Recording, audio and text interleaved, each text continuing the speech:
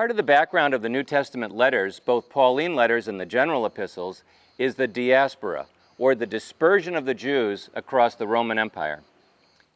We're here in the city of Sardis, mentioned as one of the 7 churches in Revelation, a city that had an impressive Jewish synagogue and a Jewish presence that was very influential in the city from the earliest times. In fact, it could be that Sardis was mentioned by another name in Obadiah 20 as a place where Jews were exiled.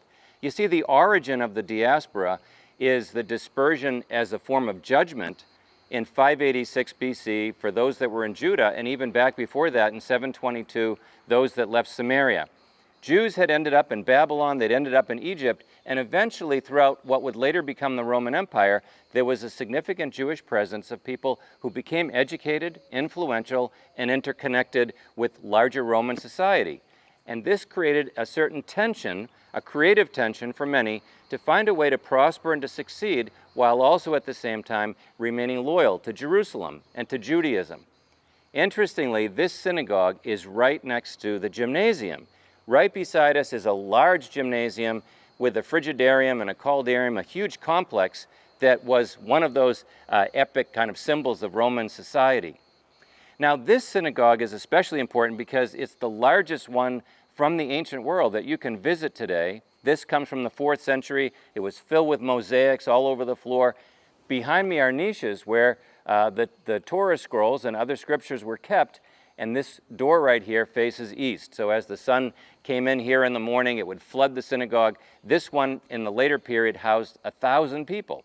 You can see the table up front where they would have perhaps laid the Torah scrolls, and the podium spots here in the middle where perhaps the teacher would have addressed everybody in the congregation. Of course, synagogues were not only the place for worship and for teaching, but also for community gathering. It was a multi-purpose center.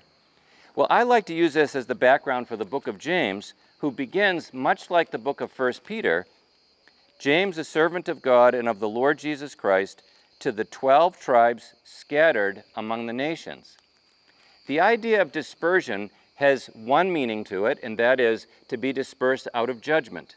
Another meaning is more generic, and that is those that are out on the periphery in relationship to a center.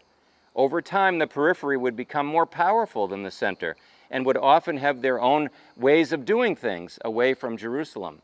But in James, and perhaps in 1 Peter, the idea of being diaspora, of being aliens, of being sojourners, became a spiritual metaphor for the identity of God's people, who found themselves in the world where any citizenship was secondary to our citizenship in heaven.